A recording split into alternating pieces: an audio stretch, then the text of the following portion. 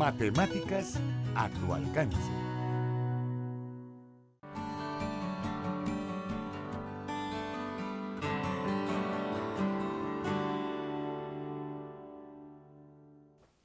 Bienvenidos al segmento de innovaciones didácticas. Estamos mencionando acerca de cómo podemos trabajar el concepto de volumen desde primaria. Es un concepto que les servirá para grados posteriores a medida que se vayan deduciendo la fórmula para calcular el volumen de otros sólidos, pero siempre mencionamos en estos segmentos cómo trabajar desde la base, así que traemos propuestas que esperamos tengan lápiz y papel a su mano para que junto a nosotros puedan resolver problemas de razonamiento que invitan a los estudiantes a sentir el gusto por la matemática. Para eso tenemos una invitada especial. Bienvenida, Kaylee, qué bueno que nos puede acompañar el día de hoy. Fíjense que para aprovechar ya vamos a mencionar la primera actividad. Esta sería para incluso grados muy iniciales, donde ellos van a poder ver qué significa volumen. Entonces, ¿qué materiales vamos a necesitar para esta actividad? Ok, en esta actividad, para que ellos puedan deducir lo que es la fórmula de volumen, vamos a empezar con el volumen de un prisma. Y usamos lo que son los bloquecitos de Dienes, así se llaman. Pero también se pueden usar materiales como por ejemplo cubitos, o ya si un profesor no tiene la oportunidad. En este caso el profesor puede comenzar con el alumno el bloquecito le podría decir que mide 1 unidad cada lado. Entonces puede ir formando una fila. En este caso vamos a formar una fila de 5 unidades. En ese momento se le pregunta al alumno de cuántas unidades es, él tendría que responder 5. Seguidamente sería colocando otra fila y aquí en este caso serían más. Que en este caso, como usted menciona, Ángela, ellos pues ya tendrían que haber trabajado con figuras planas. Exacto. Entonces ellos también ya han determinado longitudes, ya han determinado la medida de la superficie o área, entonces ellos están trabajando con unidades cúbicas. Entonces puede ser que les diga centímetros o la unidad que guste, pero sí tienen que aclarar que cada uno de sus cubitos tiene una unidad cúbica. Por ejemplo, en este caso tenemos lo que es, ya habíamos deducido que es de 5 unidades, pero ya al ir alargando, el alumno va a saber de qué es 5 unidades por 3 veces, que es lo de la base.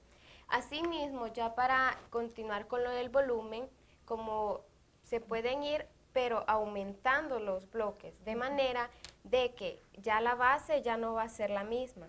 En este caso, al aumentar, se puede observar de que lo que va aumentando es la altura, que es lo que el niño debe observar, cómo se va a ir aumentando de uno en uno y cómo puede hacer. En este caso, él ya tenía la medida de la base, que como dijimos era 5 por las 3 filas que teníamos.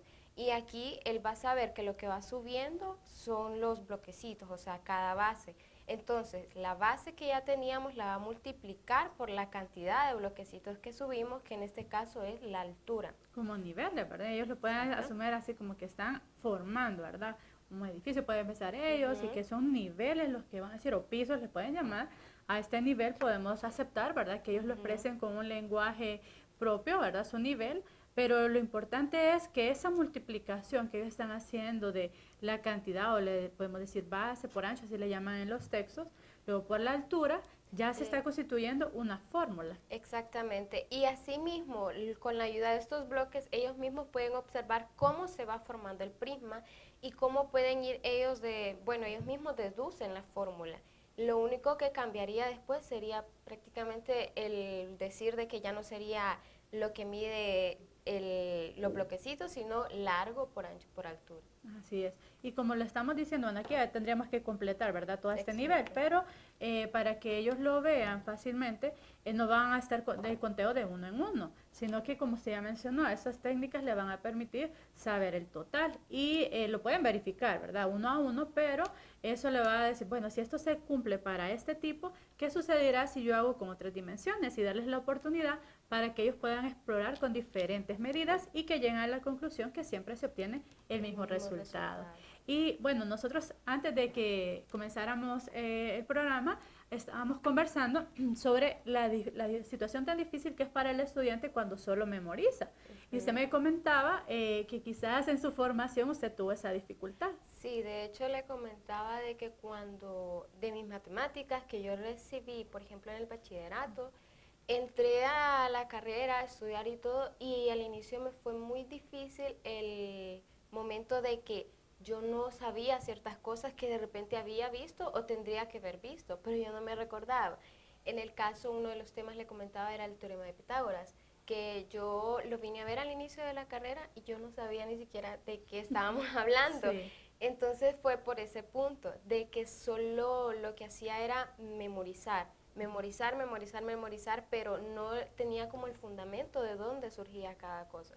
Entonces eso a mí me afectó bastante en la forma de cuando vine aquí a aprender, porque mi aprendizaje, podría decirse, no fue como con significado, porque no llevé esa trayectoria de lo que aprendí.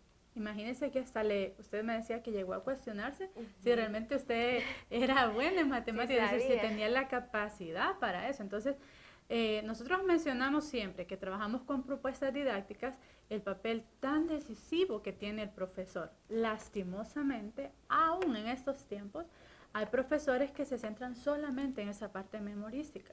Y cuando nosotros trabajamos, que podemos decir, ay, pero es que muchos recursos, se gasta mucho tiempo, que las programaciones, eso lo entendemos, ese es un estrés que los profesores tenemos. Pero cuando invertimos y enseñamos bien desde el inicio, entonces los estudiantes posteriormente no vamos a tener que estar haciendo acciones remediales, o como en su caso, imagínese saber que sí lo vio, pero que cuando ya tuvo que hacer conexiones, cuando ya no sabía para qué lo había aprendido.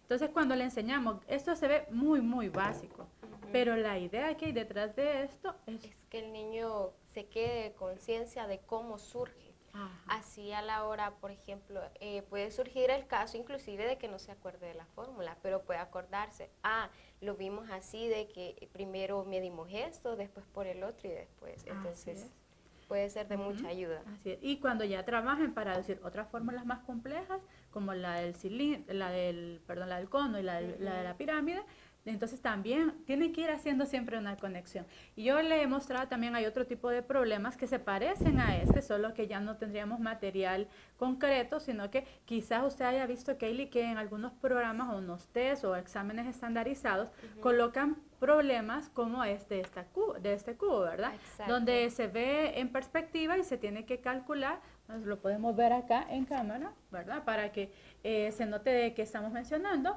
que en este caso el cubo tiene ciertas partes que hacen falta. Entonces, ¿cómo calcular? Entonces, bueno, comentamos con la licenciada que para este cubo hay dos opciones. La primera es solo ir calculando, como ya lo habíamos visto, la base que se mira acá al fondo, que está completa, y ir calculando los bloquecitos así como se ven. Por ejemplo, en este caso hay 3, igual está 5 de altura y así, y después sumarlos.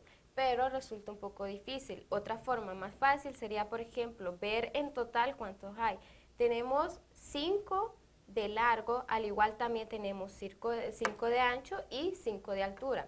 Entonces, si lo multiplicamos, es 5 por 5, que nos da 25, por los otros 5 de la altura, que nos da un total de 125, que lo voy a anotar acá, que nos da de 125 unidades cúbicas. Entonces, esto mismo después, ¿cómo lo terminamos de resolver? Miramos estos 125 en total, entonces podemos calcular lo que le falta. Aquí podemos saber de que solo hay una unidad, o sea que falta en total 4 unidades para completar los 5. Lo voy a copiar aquí. Entonces en el segundo hay 2 unidades, lo cual haría falta 3 unidades más, al igual que aquí. Entonces sumado estos dos hacen un total de 6, que son los cubitos que harán falta. Y aquí, por ejemplo, hacen falta 2 unidades para completar los 5, al igual que aquí y que aquí. O sea, serían 2 unidades por los 3 que tenemos ahí, que serían igual 6. Y al final solo falta 1, entonces contamos 1, 2, 3 y 4. Entonces, ¿qué hacemos con esto después? Lo que hacemos es sumarlo, que sería sumar los cubitos que hagan falta, que aquí tenemos 4 más 6, 10, y aquí Entonces serían 20. 4 más 6, 10, 16, y un total de 20 unidades. Entonces, al final, lo único que hacemos es restarle a los 125 las 20 unidades que nos falta y tenemos el total de 105 unidades cúbicas en el prisma. Entonces, eso es una manera fácil también de que los niños se puedan resolver y también de la otra forma que comenté antes. Lo único que la dificultad amplía. Lo que sí hablamos con la licenciada de que se pueden hablar sobre las distintas maneras, distintas estrategias que se pueden resolver, ya que algunos niños de repente no lo miren de una forma como la que la hice ahorita, sino de la otra manera de resolverlo contando cada cubito. Entonces siempre hay que estar atentos a las estrategias de solución que pueden surgir ante un problema así. Perfecto. Y recordando que les estamos enseñando a pensar, ¿verdad? Exacto. Y a resolver problemas, buscamos las estrategias más óptimas. Y bueno, hemos mencionado problemas como este, no son tradicionales, sino que ya también implican otro nivel de pensamiento, pero también hay otras actividades. La verdad que es que uno tiene nada más que ser creativo y tener iniciativa. Por ejemplo, ustedes están llevando el espacio que se llama Tecnología Aplicada a la Enseñanza de las Matemáticas. Sí. Y usted justamente le tocó ese tema de volumen. Exacto. Yo tuve que hacer un tutorial de forma de que el niño viera la fórmula y a la vez también incluso hice ejercicios en ese tutorial donde pues se pueda responder. Y como le comentaba la licenciada, es muy bueno saber las formas que se pueden ver. Por ejemplo, el tutorial lo hice en la plataforma de PowerPoint. Un montón de docentes la han usado y es la verdad que a mí me sorprendió bastante al ver cómo de las formas en que se puede utilizar ese programa, cosa que yo antes no sabía. También utilicé el programa de JClick. Ese es otro, inclusive un poco más fácil que PowerPoint, donde también usted puede utilizar distintas actividades, puede dar la información también del cono. Bueno, en mi caso fue volumen del cono y de la pirámide, pero yo también utilicé el volumen del prisma y del cilindro, porque a través de estos podemos ayudarnos un poco para esos ambos volúmenes. Entonces, bueno, sí se también, puede, ¿verdad? sí. La intención es, como usted menciona, hay otros recursos. Entonces, nosotros quisiéramos aprovechar en el breve tiempo que hemos mostrado, Kaylee, que sí se pueden buscar actividades que sean más significativas, como mencionaba usted. Hay otros recursos que los profesores pueden probar y pues los invitamos, ¿verdad? Esa sería la reflexión que dejaríamos en ese segmento. Entonces, yo le animo a que usted siga explorando seguramente esa experiencia que le causó a usted cuando aprendió matemáticas y cuando usted lo confrontó con lo que ya fue a nivel universitario, seguro le servirá cuando usted sea docente, ¿verdad? Y siente ese mismo interés por sus estudiantes. Entonces esperamos que ustedes pongan en práctica estas sugerencias y siempre nos acompañen en este segmento de innovaciones didácticas.